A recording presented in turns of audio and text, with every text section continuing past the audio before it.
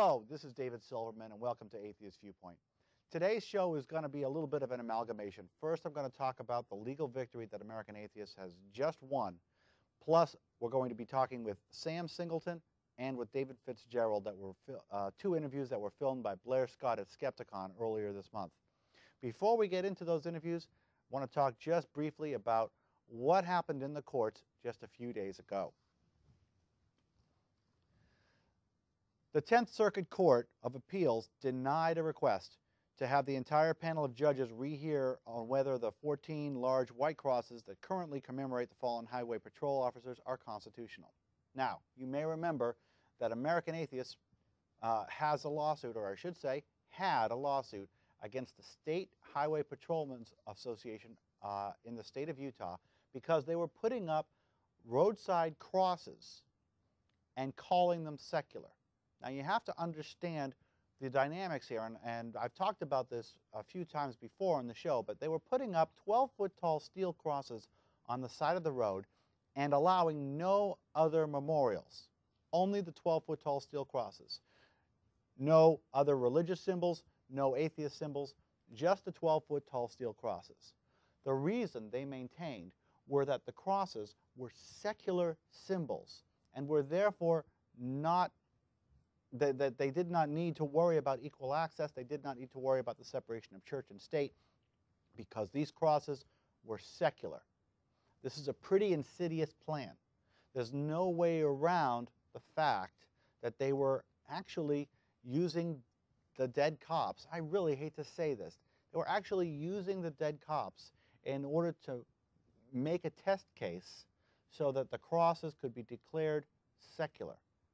And if we attacked the crosses, we were immediately attacking the fallen troopers.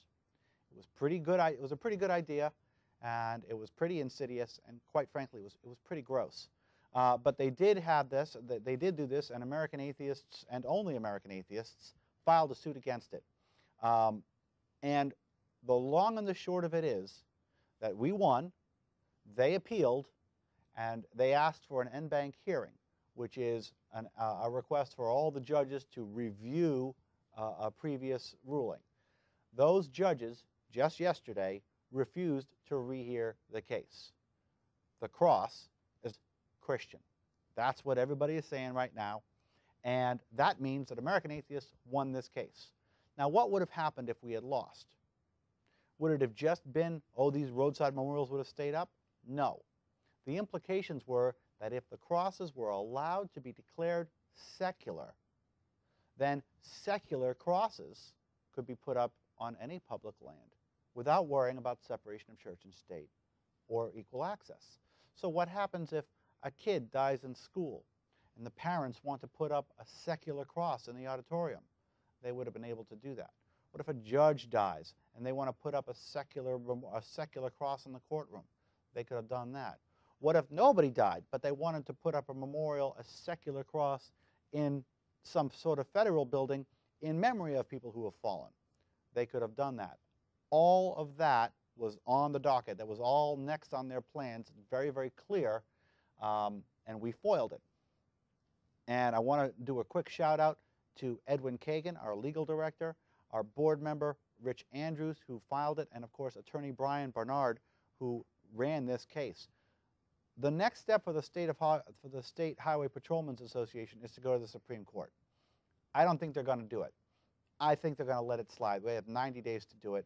I don't think they're going to do it. I think they're going to let it go because they don't dare, and frankly, I wish they would. I don't think they have the guts to go up to Justice Alito and Justice Ginsburg, both of whom would be very surprised to hear that the cross is not a Christian symbol.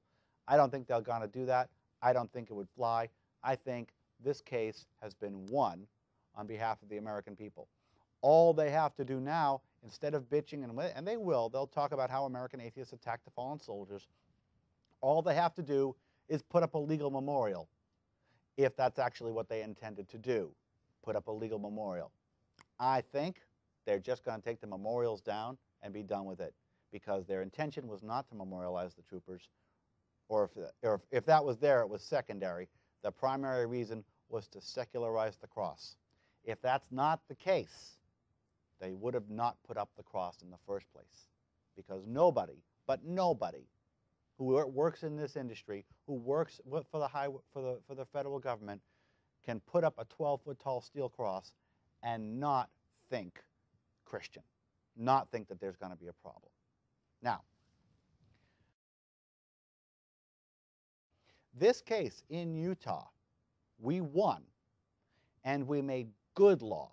We reaffirmed the fact that the cross is a Christian monument, a Christian symbol, and it deserves and needs to be placed in the same pile as all the other Christians, as all the other religious symbols.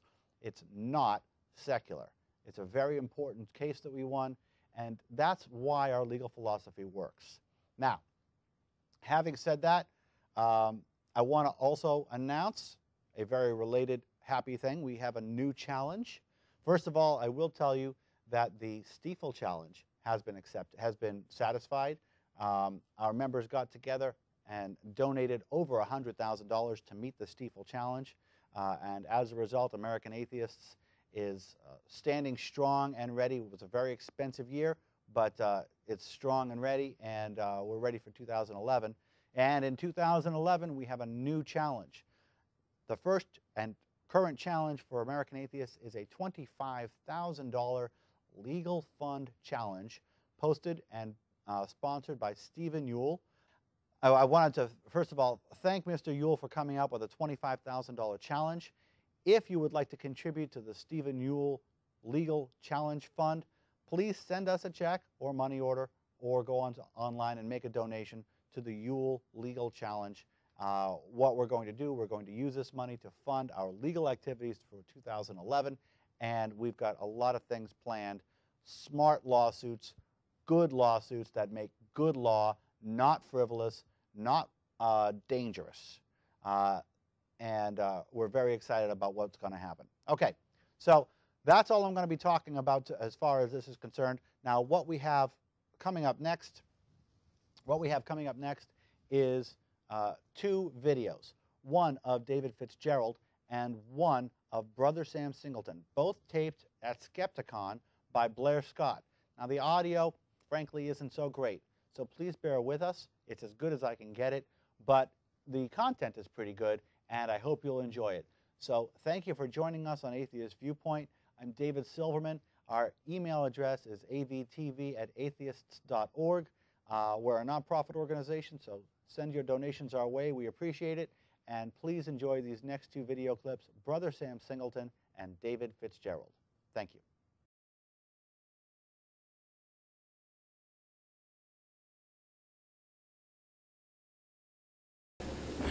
We're at Skepticon 3, day 3.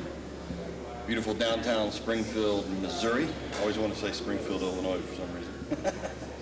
And I am joined today by Brother Sam Singleton, atheist evangelist, a one-man show character. Brother Sam's job is to ridicule the ridiculous and to mock our tormentors. Also, with any luck, to give my fellow atheists a break, something to maybe a little diversion for just a little time from really what can be a pretty dreary experience sometimes living in the USA. I understand that Brother Sam had his start as a character in a book and ultimately became the flesh and blood character. You heard that? I heard that. Wow. I don't know how accurate it is, but that's what I heard. Well, Brother Sam, unlike y'all, has a creator. And that sounds like something Brother Sam's creator might have said. I can't speak for that guy. So is Brother Sam a product of intelligent design or random chance? I will leave that for someone else to say. Someone else to decide. I guess we'll find out in about 30 minutes, which is when you go on. Yeah, that's right. You're doing your show here. Yeah, I'm doing Act 1 of Patriarchs and Penis. Sam Singleton, Atheist Evangelist, Patriarchs and Penises here at Skepticon 3 for the people at 10 o'clock on a Sunday morning, huh? What the people in here don't know is that I'm planning to adjourn the entire assembly to the first assembly of God at 10 o'clock. We're all going to go to their own mass and commandeer the service. Actually, we all went over and just stood up here in the testimony service and gave each of our personal testimonies. That'd take hours. Now, the one that you're talking about, that's actually the first Assembly God headquarters, right? Or... Yeah, Springfield is sort of the mecca of the horribly and pathetically dazed and confused. That being the Assemblies of God, an organization that actually touts being the world's largest Pentecostal denomination. So that's something to brag about. Right. We lovingly refer to them in Huntsville as the AOGs. Yeah, the AOGs. They are headquartered here in Springfield. Their alleged university, Evangel University, is here. And you can't swing a dead martyr without knocking over 7 or 8 Pentecostals in Springfield, Missouri. Now, did Brother Sam get an opportunity to go down to the mosque? No, you mean the Shriner Temple? Shriner Mosque, yeah. No. They call it a Shriner Mosque. They don't. Yeah, I know. Yeah, and I'm sure those guys are way down with Islam. Yeah, they might be second guessing that decision after 9/11, right? We had the privilege of seeing Brother Sam in Nashville. We had the privilege of seeing Brother Sam in Huntsville. Brother Sam has been all over the place. Yeah, I travel nonstop. You ever get road weary, or is this something you live for? It's more of the latter than the former. It's being on the road is it's sometimes difficult and always tiring, but not always tiresome. Right. It's we live in a fascinating place. I have the world's finest traveling companion, and sometimes the accommodations aren't as what I would like them to be when we're out on the road, but I have a wonderful time and have had a chance to develop true friends and what I believe will be lasting friendships in dozens of cities. So in a twisted way, every night you get to go to bed with your Creator's wife. Yeah. Not everybody gets to sleep with God's wife each night. I would be way out of my league.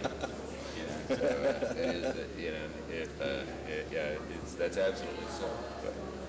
Well, what's in the future for Brother Sam? 2011 is already shaping up like a big year for us. The big one for us so far next year is a series of shows. Actually, we'll be doing Patriarchs and Penises and Brother Sam's new show at the Ocean Was Whiskey and God Was a Duck in Seattle in March in a beautiful new theater, and shooting both of having both of those shows recorded, so they'll be available on DVD. Awesome. Brother Sam brings a lot of products with him and sells a lot of products. Yeah, samsingleton.com. You don't have to come to the show. Not that you shouldn't come to the show. The baptismal soap is always a fun favorite. Brother Sam's ex-baptism soap. You can turn your bathtub into an ex-baptistry with no one around.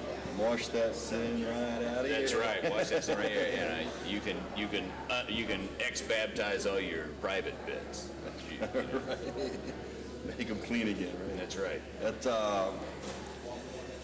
What I bought last time was a book version of Patriarchs and Penises, which you were kind enough to autograph for me. And I also bought your holiday cards, which are a lot of fun. Yeah, we have an entire assortment of Atheist holiday cards. Well, actually, I don't know. They're not necessarily atheist. One of the Christmas cards says, "You keep your shit, I'll keep mine." There you go. So a lot of fun stuff. A lot of good mocking and ridiculing, which is, I think, what you do best. And hopefully the audience here agrees. Yeah, we're about to find out. So we should probably let you go so that you can cool down a little bit before you get on stage. You see I'm schwitzing here? Oh, it's warm up here. And I'm, I mean, I'm not as heavily dressed as you, Ann, and I'm perspiring. Yeah. I'm being baptized by my own sweat here. So I'm glowing. Feel for you. So Sam Singleton, samsingleton.com. That's it. Samsingleton.com. They can find you on Facebook. Yeah. And find you on YouTube. And Find me on the road. Find me on the road. SamSingle.com has your schedule of events coming up. Yeah, absolutely. Look for new videos within the next week or so. YouTube. You can just Google Sam Singleton. You'll get plenty of Brother Sam if you do that. Thank you, Blair. You're my hero, man. It was good talking to you. My pleasure. And we'll see you guys on the flip side.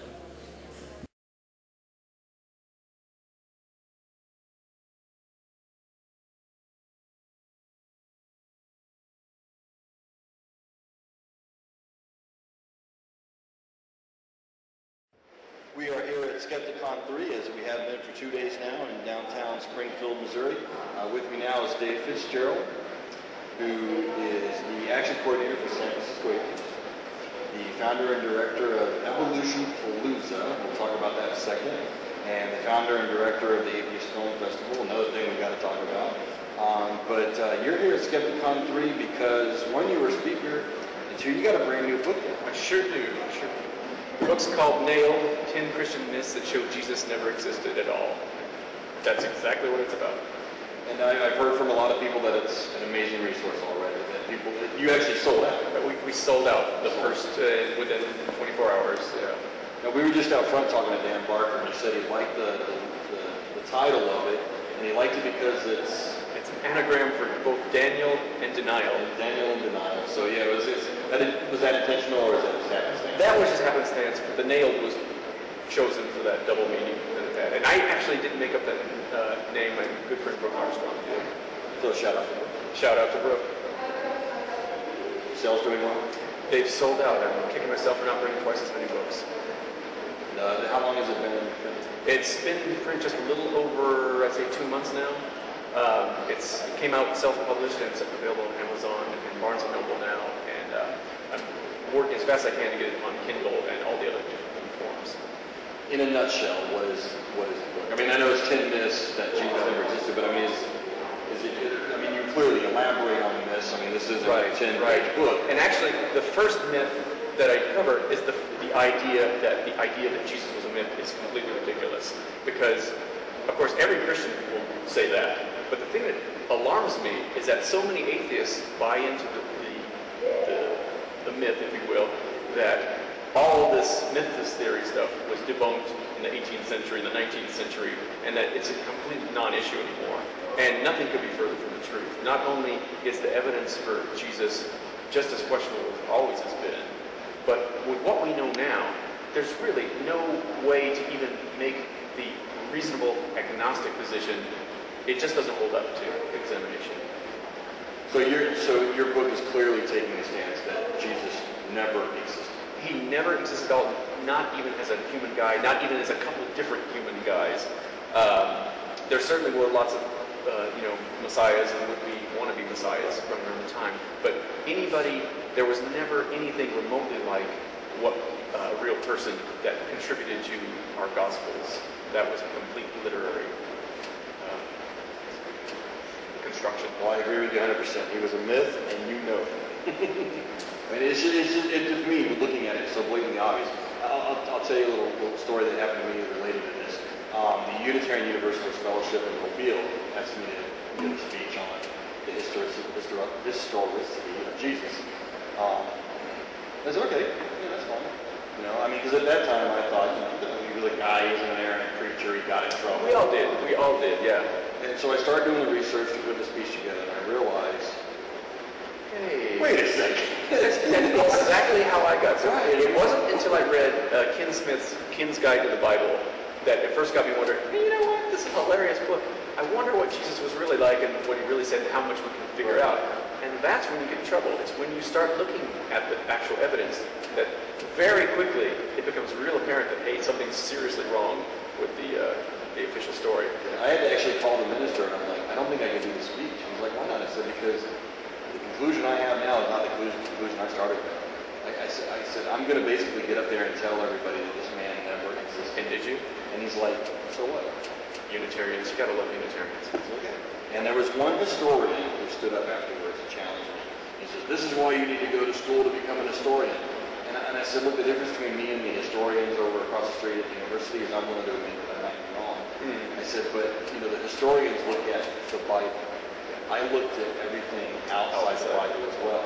And if you look just at the Bible, well, of course he existed. The Bible says he did. You know, it's the outside stuff that makes the difference. It's true. It's true. That is a big important part of it. But I don't want to downplay the fact that even the evidence in the New Testament itself points to no Jesus. Even the parts that seem to be talking about a real Jesus. And part of the, not to try to distill the whole book into a couple sound bites, but basically Christianity, we've got two big periods. We've got one period post-gospel, where you get this biographical information, and when they preach about Jesus, they start with this human Jesus, and then go on and talk these mythological characteristics about him.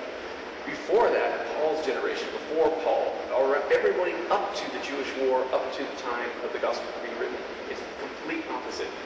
You get almost nothing of any kind of biographical information, and those four little snippets, 3-4 little snippets that could be biographical information are so vague, and there's so many other ways they can be looked at that it doesn't explain all these huge silences that, for instance, if Jesus was real and he really said that he ruled on all these different issues, why are they still arguing in Paul's time, 20 years down the road? Issue after issue, circumcision, can we take supper with believers and unbelievers? Is salvation by grace, by works? Are foods unclean? Jesus rules on all of those in the gospel, supposedly in the 20s or the 30s, And yet Paul has no idea about it. None of them do. None of them do. And even when you see books in the Bible that were supposedly written by James and John, brothers of Jesus, they don't have any inkling that they're related to Jesus at all. When Paul is talking about the leaders of the Jerusalem church, Cephas / Peter, James, he treats them like they're nobodies. He calls them false believers. He says that he didn't go with them for a second. It's jaw-dropping that just a few verses ago he says that James was the brother of the Lord, and then he goes on to say these are nobodies. I don't even like them. They're trying to ruin Christianity for us. It just does not add up. Now this is kind of a follow-up to your last book, or? Yeah, it's a very long story, and I'll distill it down. When I first started getting into this subject, I started doing a talk. I called the talk "The 10,000 Christs and the Evaporating Jesus." It's the same talk I gave here at Skepticon. That became a book. In fact, it became a massive, huge 700-plus page book. And that was published, or that was not published, it was finished. We shopped around New York, couldn't get a publisher to do it. So we broke it into a trilogy, tried to get that sold, we couldn't do it. Last year, there was a secular New Testament scholarship contest called the Mythicist Prize. And so I took just the historical Jesus parts from the first book, distilled it down into a 100-page essay, and submitted that. And that got a lot of attention, that essay did. So after I was done with that, I took their feedback, made some corrections, blew it up to about twice the size now. It's 250, not quite 250 pages now. And that's the new book, Nailed, 10 Christian Myths That Show Jesus Never Existed at All. The essay was called 10 Beautiful Lies About Jesus. Once again, sir, thank you very much for coming out. And we will talk to you guys on the flip side. Take care.